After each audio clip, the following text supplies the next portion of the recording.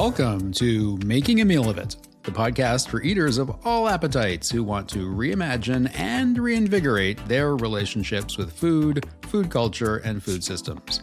I'm David Santo, your host, as well as host to tens of trillions of microbes, just like you. And this episode is about the dynamic, transformative, ancient, and contemporary process that is fermentation. It also gets into feminist theory, the queering of food, and taste in zero gravity. But before we start stirring the fermentation crock, listen to this.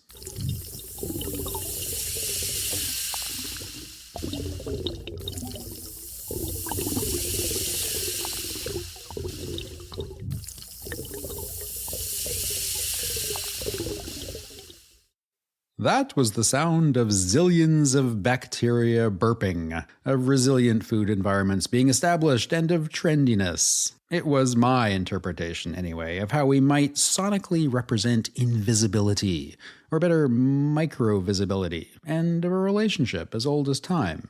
If you go back and listen again, it might also be the sound of sustainable and just food futures, or maybe not. Fermentation is a marvelous thing. A transformation process that preserves food without synthetic chemicals and that also changes and creates tastes in ways that seem, well, dare I say it, almost magical. Generally speaking, I don't much like using food language that evokes the supernatural or the romantic. Words like passion and love and magic are, to me, kind of overly simplistic ways of talking about why food sometimes transcends our expectations. For the most part, I try to find other terms that express that transcendence using somewhat less juicy terms like attention and care and intentionality. But sometimes a food-related idea or activity is just so remarkably interesting that it's hard to find a good adjective to describe it. So for now, maybe it's okay to say that fermentation is kind of magical. And magical with a CK, that is, just to make it a little more witchy. People have been fermenting food for a very long time. It's a process in which microbes like bacteria and yeasts convert food molecules like sugar into alcohol and acids and gases. Beer and wine are products of fermentation, as are pickles and kefir and yogurt and chocolate, many kinds of bread and cheese, salami, soy sauce, vinegar, the list goes on. Wikipedia has a really great page of all sorts of fermented foods from around the world, and the range of things that we ferment is just incredible. And it's not just we humans who ferment. Animals do it too, as you will hear in my second conversation, and also in the Stick This in Your Mouth segment. With the advent of the Industrial Revolution, though, and all that it implicated for food, fermenting became, in part, replaced by more technological forms of food preservation, at least in industrialized nations. Freeze-drying and pasteurization, the addition of chemical stabilizers, acidulation, that is the adding of acids to different prepared foods, and also packaging innovations all became very effective, though very intensive and often damaging ways of keeping food shelf stable. Above all, these industrial techniques make food very commercializable. That's the whole point of making things shelf stable. But over the last 20 years or so, a new wave of visibility and popularity has brought home fermenting back to the fore. Leading lights like author and pro-fermenter Sandor Katz have inspired generations to start pickling and preserving and experimenting with the process, and new lab-based research is focusing on creating novel foods through fermentation, ones that might eventually replace animal flesh or support our immune systems better or just offer delightful new taste experiences. At the same time, fermenting experts urge caution, as you'll hear in this episode. Fermenting is increasingly being hailed as a new savior for planetary biodiversity or as a tool to end food insecurity. But, as we know very well, the complexities of our food systems are much too integrated and interrelated for one thing, one practice, one tool to be the solution for everything. Instead, fermenting might be best when thought about as a way to be more intentional and more caring about your food, given that it's a process that demands a lot more attention than just popping a ready meal in the microwave. The two conversations in today's episode are with a couple of folks who straddle the arts and sciences, the worlds of philosophy and cooking, food studies, and social change. Both are experts in fermentation, and both in many ways defy singular definition, much like fermentation does itself. I think you'll find what they have to say quite thought-provoking, not to mention appetite-provoking. And then later, Maxime and I ponder whether fermentation is a taste unto itself during Stick This in Your Mouth. And closing things off, we hear from a rather delicious filmmaker during the Food Questionnaire.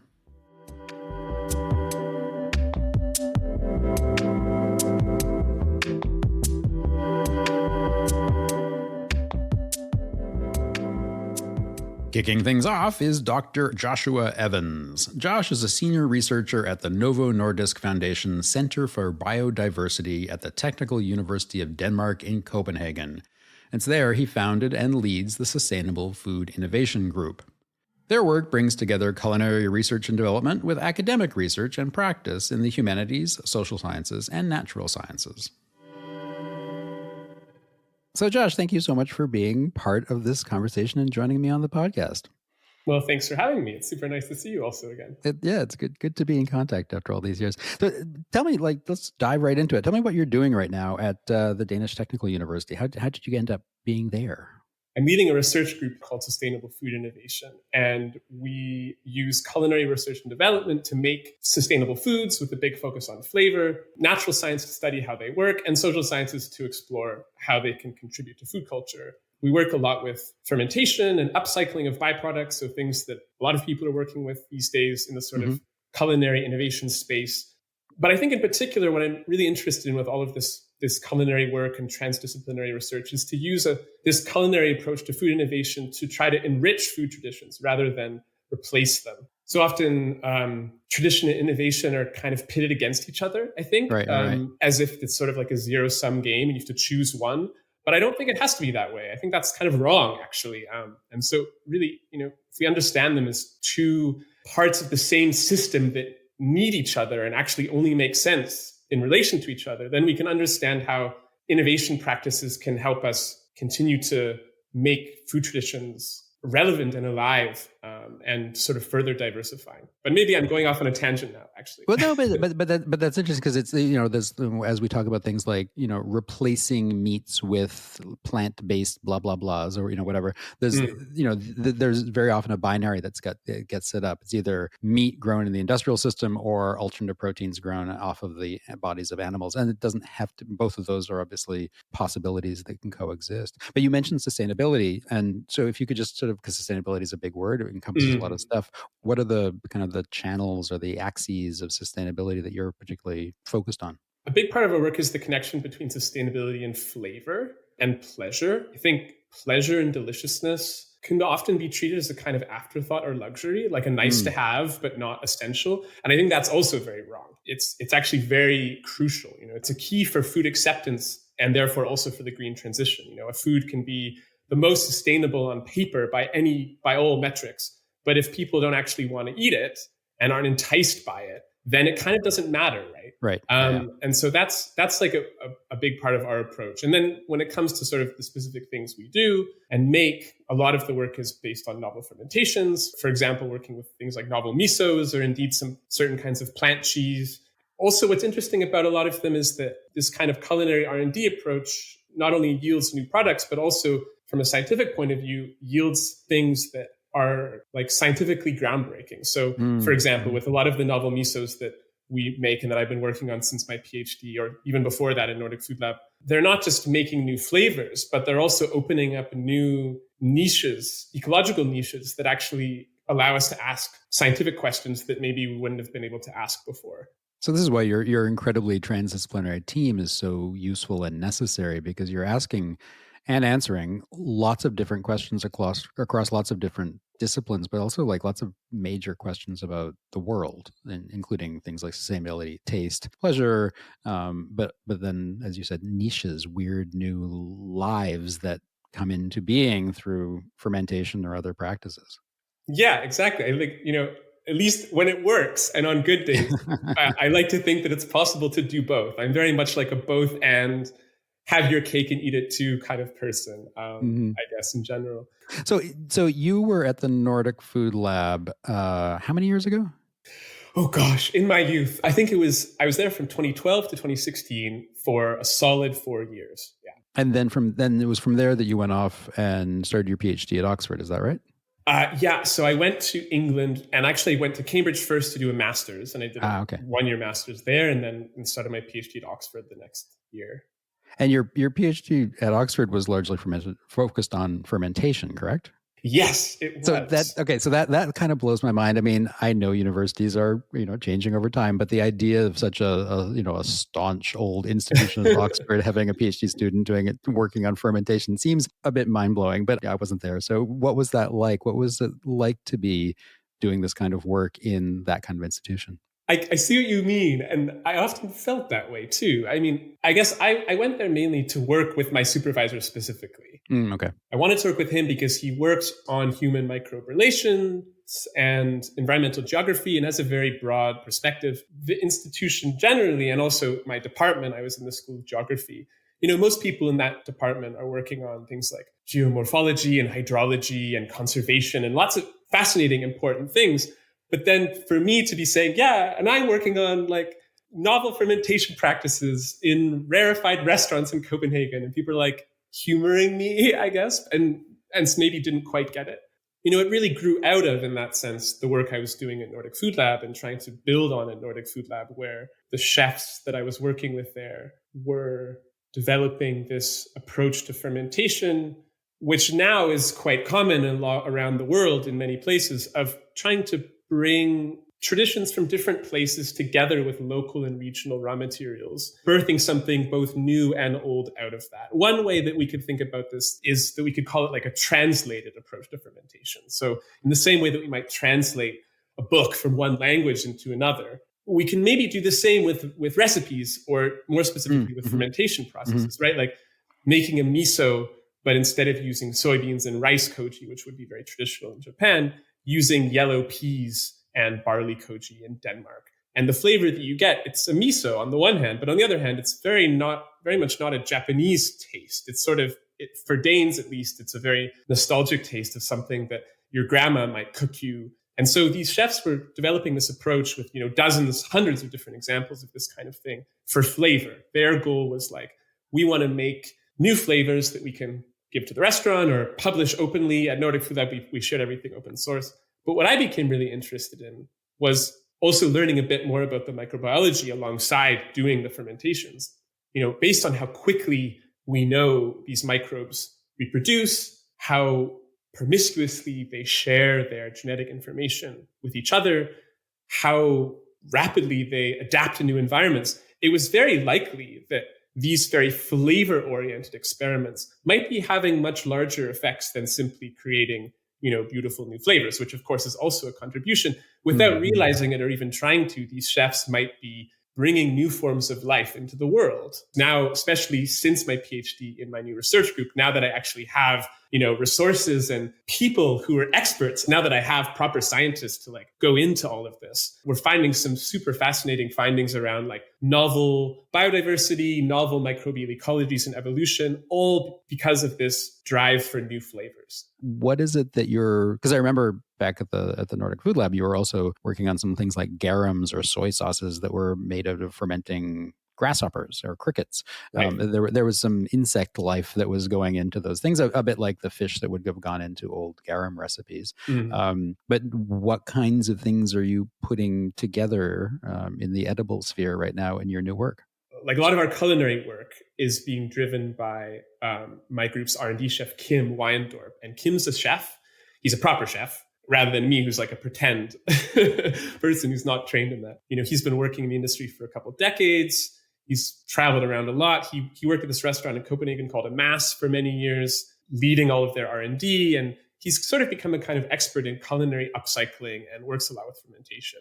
And some of the stuff that I'm really excited that he's making are like working a lot with like local farms, for example, and using this approach of culinary upcycling to create new things that then we can give that knowledge back to them and say, hey, you can also use this to make a new product. For example, he's used the root of the endive plant, which sounds very sort of like uncommon, but surprisingly is very voluminous in the EU. I mean, there's like 600,000 tons of this root produced every year, but only the green part, which is only 40% of the plant, is used as the vegetable. And the rest, which is the majority of the plant, is just not used. And it's very bitter, but he's made a tonic out of it. So grading the roots and making a wild fermentation out of it. And then he found that it gets very citrusy aromas and sort of turned that into a novel tonic water. It's sort of bizarre but very beautiful. Another thing I really love that he makes is this amino sauce. So kind of like a soy sauce analog, but made from the spent myceliums from mushroom farming.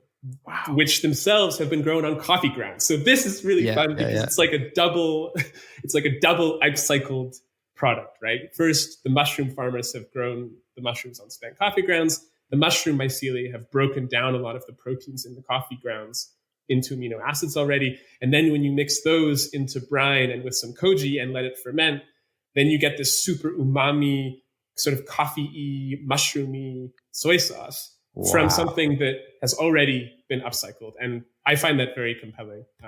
My mind is like, I want some. Are these products that you're, this is all research work? None of these are commercialized at this point? Yeah. I mean, most of kind of also drawing on the open source approach of Nordic Food Lab. I believe in that quite strongly. So much of this kind of knowledge for the most part is usually produced privately or not shared openly. But we have a big focus in my group on sharing everything openly. So most of the work that we do is we just publish it and we share it. We're making a website right now, which will be up in a few weeks or a few months, hopefully, and also publishing it in scientific papers. We're also exploring maybe for certain things, partnering with specific commercial partners to like produce things at really bigger scales, because that's where you really start to have transformation happening. But again, I see there's potential in having a both and approach. So often it's this debate of like, do you want to stay small scale and sort of culturally influential, but not have a big reach, like sort of materially? Or do you want to scale up and reach a lot of people and have quote unquote impact, but maybe at the expense of like being super rarefied or frontier, groundbreaking or whatever? And I'm like, well, surely we can have both of those things. Mm-hmm. Well, and fermenting has become, not just since COVID, but over the last 10, 15 years, fermenting has become a very popular home-based practice. Again, of course, it always was popular. Fermentation has been around for millennia as a food preservation technique, as a food transformation technique, because it is relatively easy to do. You have to be attentive. You have to take care of your ferments. You have to watch them. You have to, they're your babies. But more and more people are doing that. And so if you're sharing those recipes that you're developing in a more R&D type way with the larger global fermentation community, it must be pretty exciting for people to have access to that content. That's the stuff that we can't necessarily do on our own, but we can benefit from in our homes. So one last question for you on the extremes, the limits, the dramatic worlds that you have occupied. I have read somewhere that some of your miso has actually ended up on the International Space Station. Is that true? Have you made space miso? What's that about? It is true. I'm guilty. It is true. You snuck it on. It's some days it actually felt that way. This was this project with my collaborator Maggie Koblenz at MIT Media Lab. They have a space exploration initiative there. And it emerged because Maggie had a slot on the ISS for an experiment and wanted to do something with food. And we sort of got connected. And at that moment, I was in the thick of my PhD thinking a lot about miso ecology. And I thought, well, it could be pretty feasible to send a little pot of miso to the ISS to see if it would ferment differently there compared to Earth. Is there something like in microgravity, basically? Yeah, the main factors that might change it would be that, and also very much cosmic radiation. There's more exposure to cosmic radiation there because it's outside of the Earth's atmosphere. And so, we were really interested in exploring this question. Is there a kind of space terroir, if you will?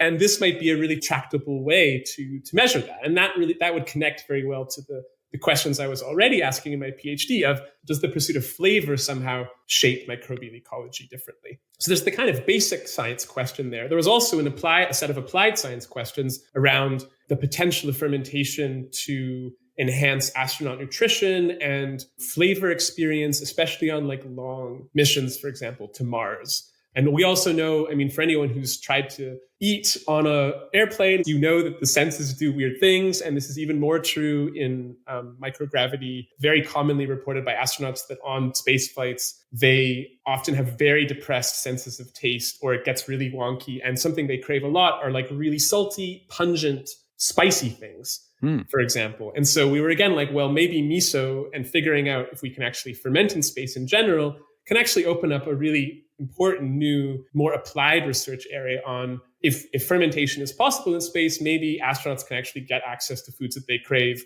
in a way that is like more practicable. So what happened to the miso? So yeah, the short answer is you can ferment in space. It turns out this was for anyone who's been wondering. So I think we had this sort of dual finding. The first one is, first and foremost, it was a miso that we got. It fermented more or less how we would expect it to ferment on Earth, in the sense that it yielded a product that is safe, that is umami, that does all the things that you want a miso to do. However, beyond that, we also noticed some really interesting differences in the space miso compared to the Earth, both in the microbial ecology, in the flavor chemistry, and also doing some sensory analysis. And that's a paper that we're almost finished, hopefully going to submit it in the next week or two. Really excited for that one to come out, because that project has been a very long, arduous process. It requires so very much red tape to send even the tiniest pot of miso to the ISS. Yeah. Hopefully it was worth it. Well, we'll see. I love the idea of space terroir. I mean, it's I actually, when I say love, I mean I hate the idea of space terroir. But it's a very the taste of place becomes the taste of space, or atmosphere or something like that. I don't know. There's a whole lot of neologisms that I don't want to go into. Yeah. I thank you so much. This has been such a pleasure talking to you, Josh, and such a eye-opening experience of knowledge creation in multiple different directions and multiple generalist, specialist, and connection-making ways. Thank you so much, and happy fermenting. Thank you. Thank you so much for having me.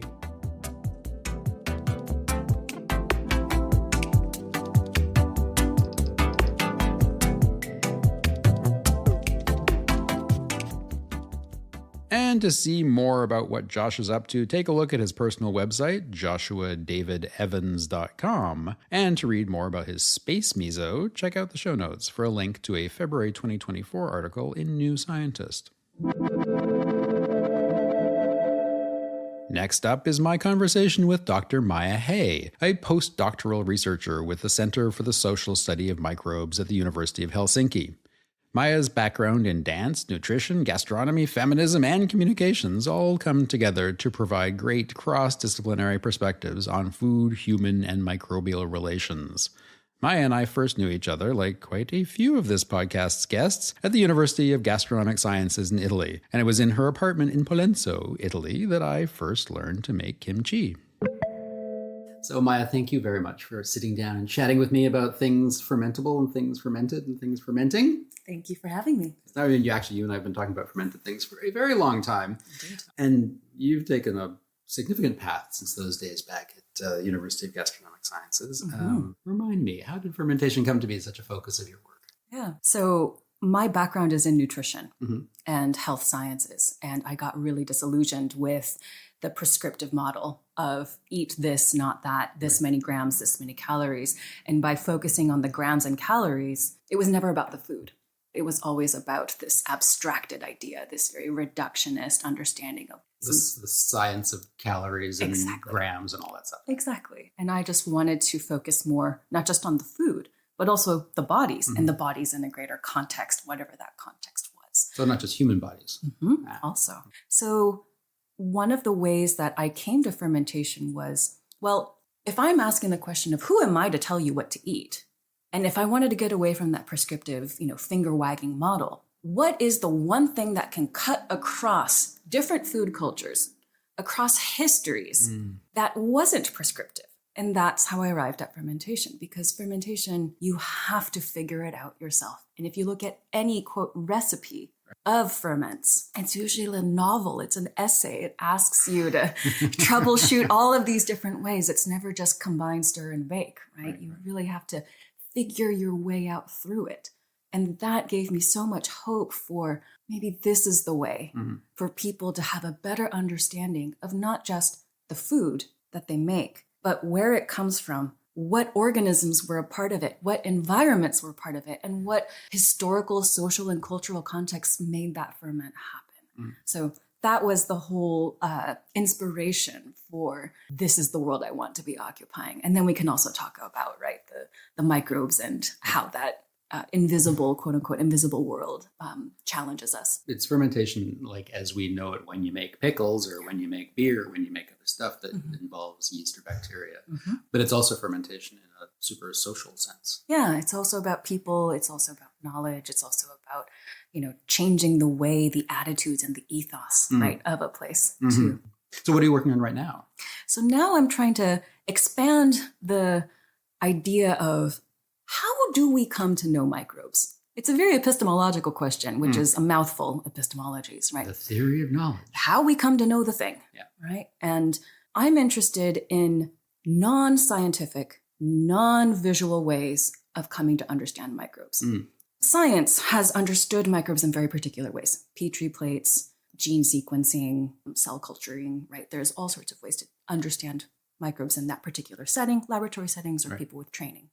And I want to expand that to be like, well, fermenters have known microbes prior to the idea of a microbe existing, but also people who have composted, who have gardened. There are so many other ways of knowing microbes that are also beyond the visual, right? So how can we tap into our other senses, our sense of smell, our sense of sound, and our sense of touch, our sense of orientation in space? All of these are ways that we come to know the world around us. Right. And so I want to both develop better methods for understanding that, but also expand the question of who can know what a microbe is. Right. So, in many ways, what your original motivation to get away from the scientized version of nutrition, you're also trying to get away from the purely scientized version of microbes and fermenting. Absolutely. And I think that there's room even to work with scientists on this, right? So it's not an antagonism of, well, you science people don't understand, but more, you have a very particular and partial way of understanding microbes and this knowledge. Well, here are other ways of complementing that, and how can we hybridize these knowledge? So it's a lot like what we talk about when we talk about food systems, the whole package of all the ways of knowing, in this case, food or microbes or fermentation, trying to get to a more holistic and pluralistic sense of how this thing exists in the world and what it does for us and with us. Because that's another thing that you spend time on, is this idea that during fermentation, you're actually in collaboration with another species. Who's in charge is the great question. Yeah. Who's in charge when it comes to fermenting, Maya? Yeah, it is such a great thought experiment, right? Because it's not just another species. It's a lot of different species, right? I'm inspired by your work even, right? How you said food is lively, complex, and intersubjective. And I have been saying, well, microbes are everywhere, invisible, and necessary for our lives to thrive. We really have to tap into and attune to this whole other register of being. And that is the work of, like, a sign of a good fermenter is being able to know and compile all of this information. What is in the surroundings? What is happening? What is attuning to the body? What does the body say? Suddenly we were realizing, I think at a much more visceral level, humans are starting to understand, no, we are not in charge of this planet. And a lot of other things are there that we need to collaborate with, or that we need to be in relationship with, rather than trying to dominate in some way. That's very practical when it comes to flu and COVID viruses, but it's also really important in terms of extending that relationality out beyond the micro and into the macro world as well. And is that also part of why it's interesting to work with microbes, because they're also a teaching object for dealing with other humans? It is a very good heuristic for understanding that humans are living in a microbial world, as opposed to microbes that happen to be and disrupting a very human world. And in that sense, this, microbes allow for us to challenge a very human-centered way of thinking, but also human-centered policy even. And so fermentation is a very direct, hands-on method for not just in the abstract thinking about what the microbe is doing. It's a very tactile engagement. It's a very visceral process of trying to figure out this world that we cannot easily see or detect. You're known as a leading thinker in academic circles when it comes to connecting food, fermentation, and feminism, the three Fs. Yes. But could you explain how fermentation and feminism are connected, either practically or theoretically? Sure. I have two answers to this question. Excellent. And the first one is a bit more philosophical. And here I'm guided by a lot of feminist thinkers who are grappling with science and questions that scientists take up. So a lot of feminist science thinkers are questioning, well, what is objective truth versus subjective truth? And how do we come to know the things that we know, whether that is through the mind and reasoning or through an embodied sense? And what a lot of these feminist accounts are trying to point at are saying, this binary of mind and body or good and evil or objective, subjective, none of that's really working for us. And maybe the whole premise of separating those two as extreme polar opposites is maybe not the way to go. And so I'm led by a lot of these feminist thinkers who are really questioning the science behind microbiology. Not microbiology per se, but about the very scientific world, science as a culture. And a way of thinking, a frame of thinking. So that's one realm where fermentation allows me to philosophically engage with feminist thinkers like Lisa Heldke. Yes, right? who was on the podcast Fantastic. earlier in the series. Yeah, and, Yes. and she was talking about exactly the same thing, the sort of the mind-body duality, the problems with Cartesianism, Yep. the whole issue of separating object and subject. And so this, what you're saying is fermentation is sort of an extension of that incredible work that she's been doing all this time. It is. And one of my perhaps most quotable Lisa Heldke book chapter is food making as a thoughtful practice, right? How do you know when the bread is done baking? You can either stick a thermometer in it, or my nose knows when the bread is done and my ears know if I tap the underside, right? That there is a very embodied way of knowing. And I have extended that to this whole other microbial realm, that undercurrent that you were mentioning earlier. So that's answer number one, the philosophical.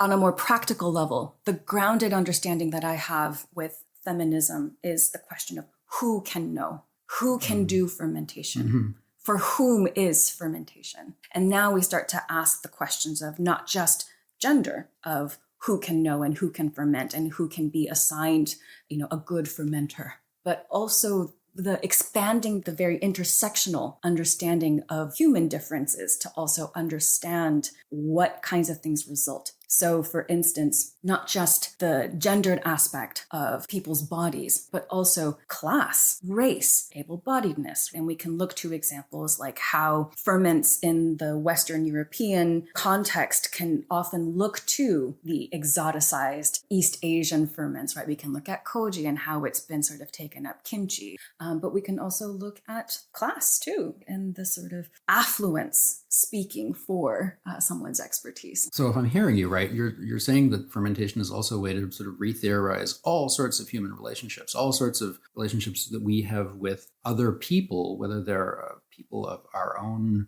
socioeconomic intersectional group, or if there are people of different ethnic or body abilities, or people of different gender presentations or sexualities. This is a way of starting to rethink human relationships as you're rethinking human microbial relationships. Is that fair? That's fair. And I'm also looking at human environment relationships too. Yeah. And so that these are where the relationships really matter. And so some of the critiques that I have towards fermenters of today are that it's a very extractivist mindset, whether it's I'm going to extract and bioprospect this particular strain from this obscure place and then bring it back to wherever they're going to make a gajillion bucks on. That is just as bad as I'm going to go to this obscure place, learn how to make this ferment and come back and open a restaurant and then make a gajillion bucks off of that. To me, that completely betrays that political, ethical question of how do we relate to one another and how do we continue to relate with one another. And this is maybe the last point that I'll say about, how I came to fermentation. This is now going back to your first question. It always starts there. This idea of how do we keep doing this? Because fermentation had its revival moment, and some people argue that it still is in its revival moment. But prior to this revival, at least in the North American sense, it has been a process for millennia. And there's increasing evidence that shows we are not the only species who have been fermenting, right? So who else or what else? Mustelids. What are those? Mustelids are a family of badgers and ferrets and weasels that will take whatever nuts and dried berries, they'll bury them and they'll ferment them and come back to it later. Wow. Isn't that Yes, mind-blowing? It is mind-blowing, and yet it isn't. Fermentation is it's a transformative process that is a collaboration between nature and bodies that have more intentional desires. I mean, nature, whatever that means. But so it is surprising, but it's also not surprising in some way. Right? Yeah. So here we have a process, a transformational process that not only humans, but many organisms have been practicing for millennia. And we're just seeing right now the revival in the last 20 years of it compared to the 2000 before it. Right. So everything old is new again. everything old is new again. And I think especially at a time when everything feels like it's falling apart, this is a very tangible way of getting at, well, what do we do now in preparation for an unknown future? Right. It's not about hype per se. There can be hype, and there's, I think, problems and around that sort of hype around fermentation is going to solve everything. Right. We can look to precision fermentation for that, for instance. But I think that there's a very sobering reminder that fermentation has and always will be a question of how do we survive? How do we make it past winter? How do we make it through the unknown? What do we do now? And that is a very political question. Yeah. Wow. All right. Well, turning to the extractive part of this interview, but just on the maybe the lighter side of things, what are your favorite ferments? What do you like to eat? That you because you ferment for your own kitchen, I do. Right? My favorite things to eat and my favorite things to ferment are the ones that I can continue doing, because I can list the UN of ferments, right? The kimchis, the breads, the yogurts. I love natto. I'm not going to make it at a home scale. And so as much as I love the taste of it, and, it has all sorts of memories within me, it's not necessarily a practice that I can sustain. Right. And for me, my focus on fermentation has always been the process, less so the product or the outcome of it. And so my favorite ferments are the ones that I know I can persist in and continue. So how many things are fermenting in your kitchen right now? At the moment, since I'm away, there's only one that I have entrusted to my partner. Okay, because you have to be in a relationship with a fermenting thing, because you have to pay attention to it. But I do have anywhere from 5 to 7 different things going, whether that's kefirs or breads or pickles. It really is. I describe it. I'm working on a book right now, and I'm describing it as the practice of spinning multiple plates at different speeds. Because a sourdough starter, you have to refresh, once or twice a day, right? And that's a very different hands-on temporality than, let's say, pickles, where you set it once and you kind of forget it until it's ready to be eaten, and that it changes. Ferments change over time, right? In that sense, I also say that I am a very lazy fermenter. I'm very, eyeballing it. Yeah, sure, that's enough. Well, but that's, one way of describing it is lazy or unscientific, but the other way of describing it is embodied and present and Correct. Using all your senses. Correct. Yeah, my favorite ferments are the ones that I can continue to practice and continue to engage in. Well, thank you for giving us a remarkably informed, polydimensional, and complex interpretation of fermentation. I really appreciate it. I will circle back to you because I want to hear about the book. Yeah. And you'll be telling us about that. Yes. And when there's news to share, it will be shared. And happy fermenting. Thank you so much for having me.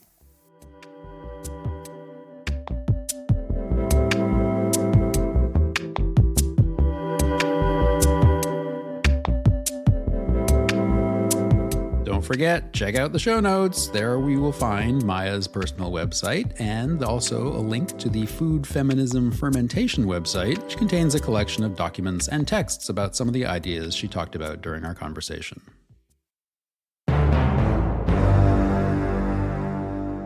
Hi, Maxime. Hi, David. Are you ready to stick this in your mouth? Really depends what it is. Well, on this rainy and cold day, we're going to warm things up with some ferments. Oh, what is ferment? Well, they're fermented foods. But what comes to mind when I say fermentation? The only thing I know about fermentation is 2 products. It's kimchi and kombucha. Kimchi. Yes. And Trixie Mattel. Oh, no, she's not fermented. She's just salty.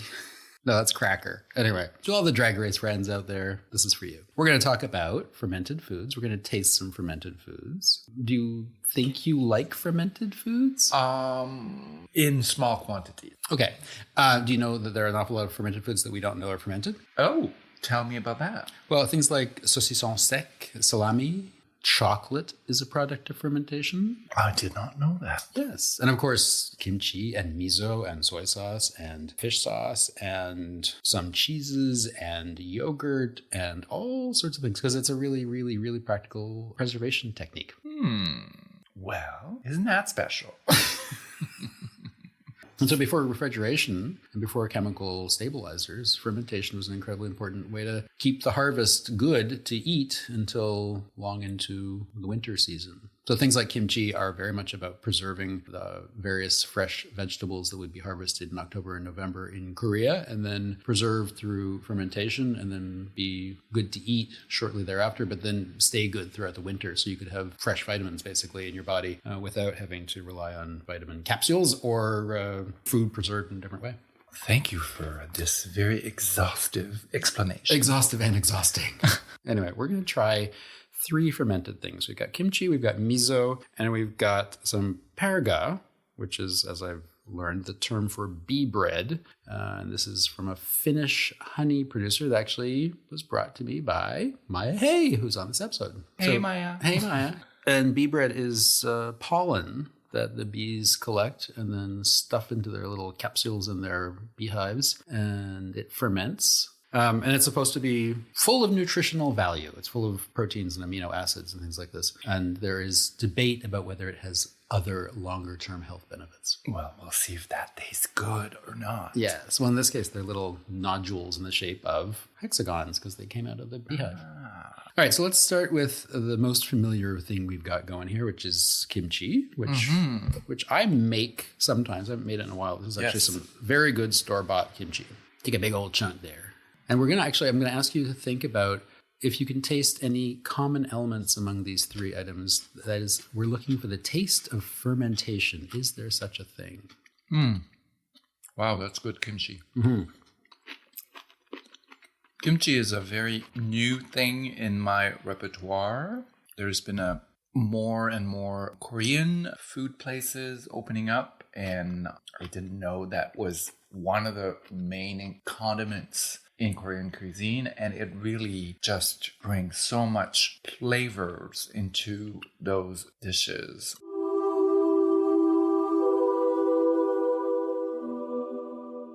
Yeah, there are more than 250 kinds of kimchi made in Korea. Wow. It depends very much on the region, north and south, like what is produced where and what is the practice. So kimchi is made with what we call napa cabbage in sort of standardish version, but there's all sorts of different additions. And some kimchis are very spicy, some of them are fishy, some of them are, depends. It's like the universal food that is not universal. Yeah, then this one is particularly crunchy, and there's a nice bite with the peppers. It's really, really pleasant and interesting to eat. It's kind of piquant and salty and sour. And sour a little bit, yeah. Like, this is a question that some people ask. Is there a taste of fermentation? Ooh. Keep that in your brain and in your mouth. We're going to try some miso. What is miso and how is it made? The miso, which you know we have always in the house because I like eating it on toast with almond butter. Miso is soybeans that have been fermented using koji, which is Aspergillus oryzae mold. And the koji is sort of like the sourdough starter that you then add to the soybean mash. And then the soybeans ferment under the influence of the Aspergillus. And it can take just a few weeks, but then often it's aged or sometimes it's fermented over a very long period very slowly to develop different flavors. It depends. Again, there's a zillion different kinds of miso. This is a white miso. This is so good. The salt content is a bit lower, so it tastes a bit sweeter. But that's the thing. It's a perfect combination of sweet and salty. And sometimes we mix it with butter. Miso and butter on pasta is wonderful. Miso and butter on a spoon is wonderful. Well, you know my stance about butter. So. Yeah, well, miso, we're not going to put it on toast, don't worry. No, exactly. Let's go on to the third taste, which is this bee bread or perga. They're these little pellets. Do we I have no idea what you do with bite into them? You stick it in your mouth, Maxime. Oh, they're soft. Oh, yeah. What do you get? I get like a very dark honey. Yeah. It's sort of, what's the texture to you? The texture is a little earthy. I understand why they call it bread. It has a slightly bready but kind of granular bread. Mm-hmm. And it's fruity to me. It's like, it's a little fruity and there's a tiny bit of sweetness, but it comes much, much later. You recognize honey properties, but you're not quite sure what you're actually eating. At first, I even thought dark chocolate. Yeah. When they're really cute because they are hexagonal in shape. To me, it's kind of like date jam, but with some acid added. But is this product supposed to be eaten on its own, or is it supposed to be added to other things? I think people basically eat it as a nutritional supplement. But it's a cute little snack, too. They're really... Okay, so we have kimchi, acidic, spicy, and a little bit salty. We've got the miso, which is sort of sweet and salty. And this bee bread, perga, which is sort of sweet and acidic. All of them are fermented. Is there any unifying taste that you can identify? Nope. They're all different to me. They all have very different and distinct tastes, even though they're using the same process.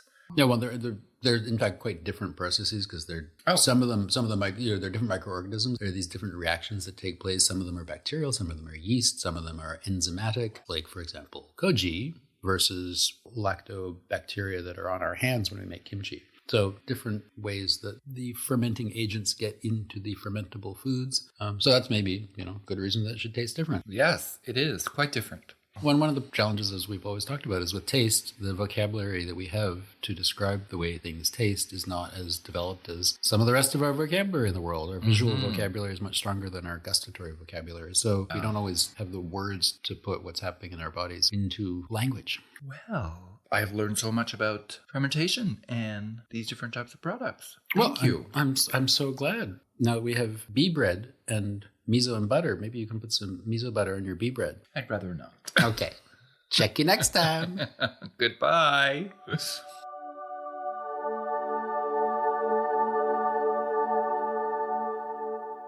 The French anthropologist Claude Lévi-Strauss was a leading figure in 20th century theories of structural anthropology, including the concept of kinship, that is, how people structure and organize familial ties and relationships and different family practices.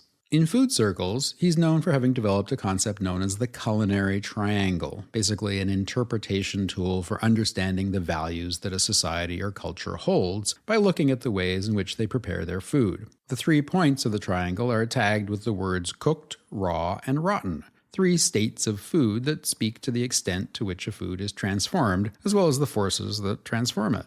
So cooked food is transformed by humans.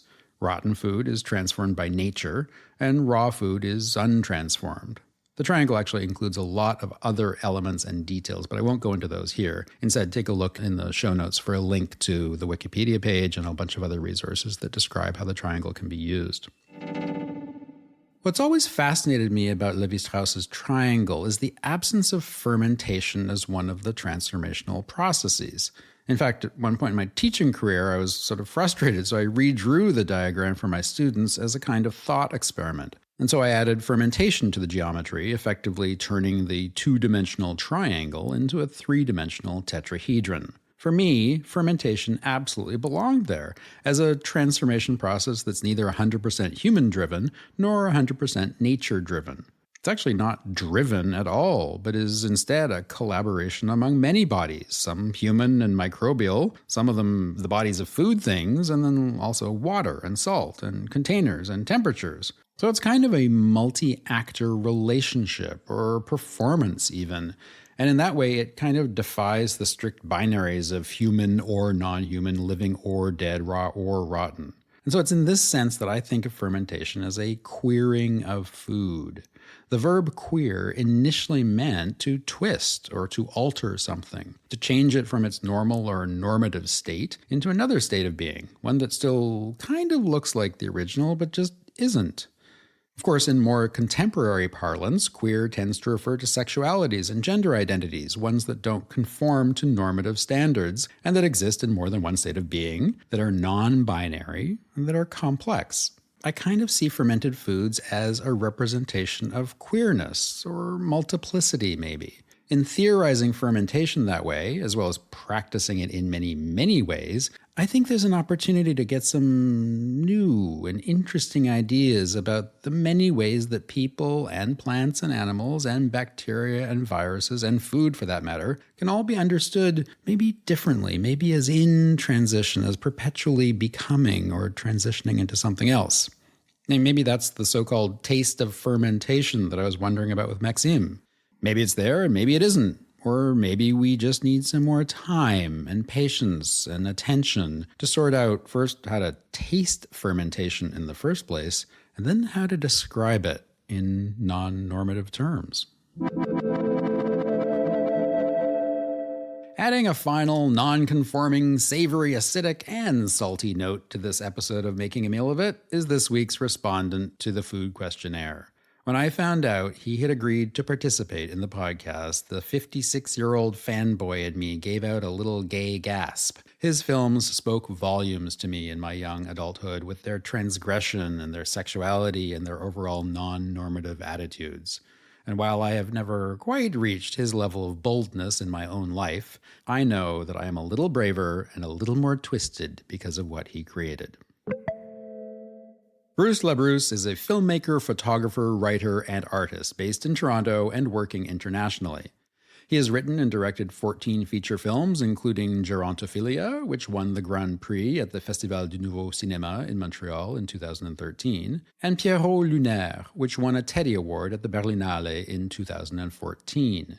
In 2020, his Quebec-shot film Saint-Narcisse was released to very high praise, and for podcast listeners who appreciate the wit and honesty of my stick-this-in-your-mouth partner, Maxime, you may be interested to know that he was the casting director who worked on Saint-Narcisse, and hence the connection to Bruce. When Bruce and I recorded his answers to the questionnaire, he described himself as gorgeous, scrumptious, and hard-working. Bruce, of what food or food context are you afraid or distrustful? Eating live animals. What word or concept describes a well-balanced food system? Variety.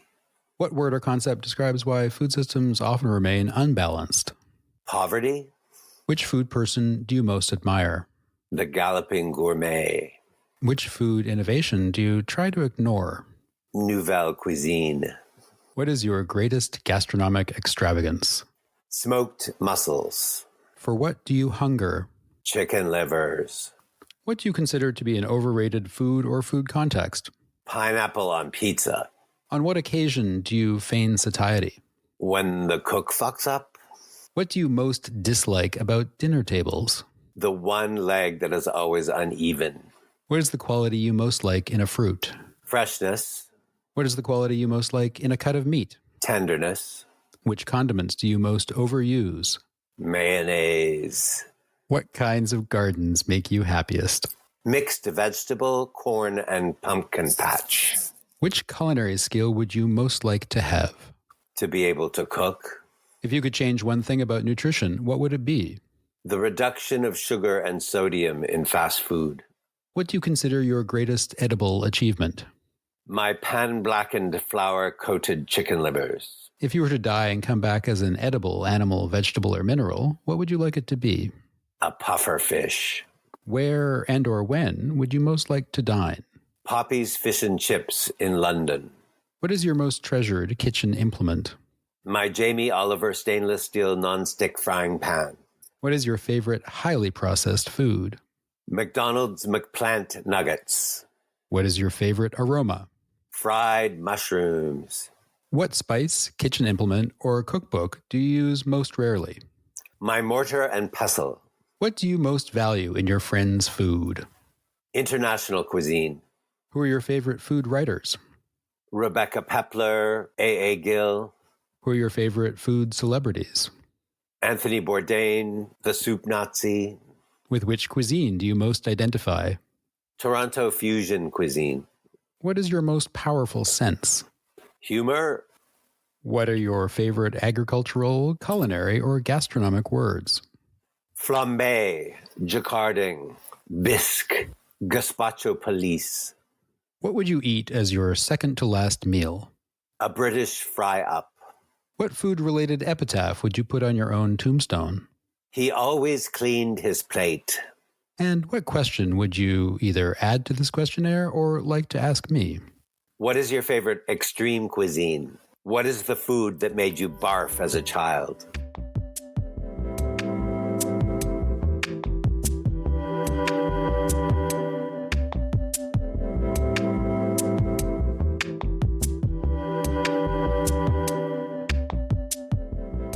And that closes the lid on this fermentation episode of Making a Meal of It. Thank you to the zymological Josh Evans, the microbial Maya Hay, the enzymatic Bruce LaBruce, and my bubbling bacterial buddy, Maxime Giraud. To the trillions of tiny little beings who live on, in, and around me, I offer my undying gratitude, literally, for their protection and digestion services, as well as their continued company and collaboration. And, as usual, a shout-out to Ben and Nick at Story Mode, who designed the podcast's music and stings after I told them I wanted something that sounded a little fermented. Check out the show notes for links to various fermentation resources and references, and don't forget to rate and review so that others can find us and share in the conversation. Next week's episode is about satisfying your sweet tooth, or possibly about turning you off desserts forever, with a complex history involving colonialism, slavery, malnutrition, and lots of profitability. Sugar is one of those bittersweet foods that has both divided and conquered nations. In the meantime, as so many have said before, apne bhojan ka aanand le, and que approfiti.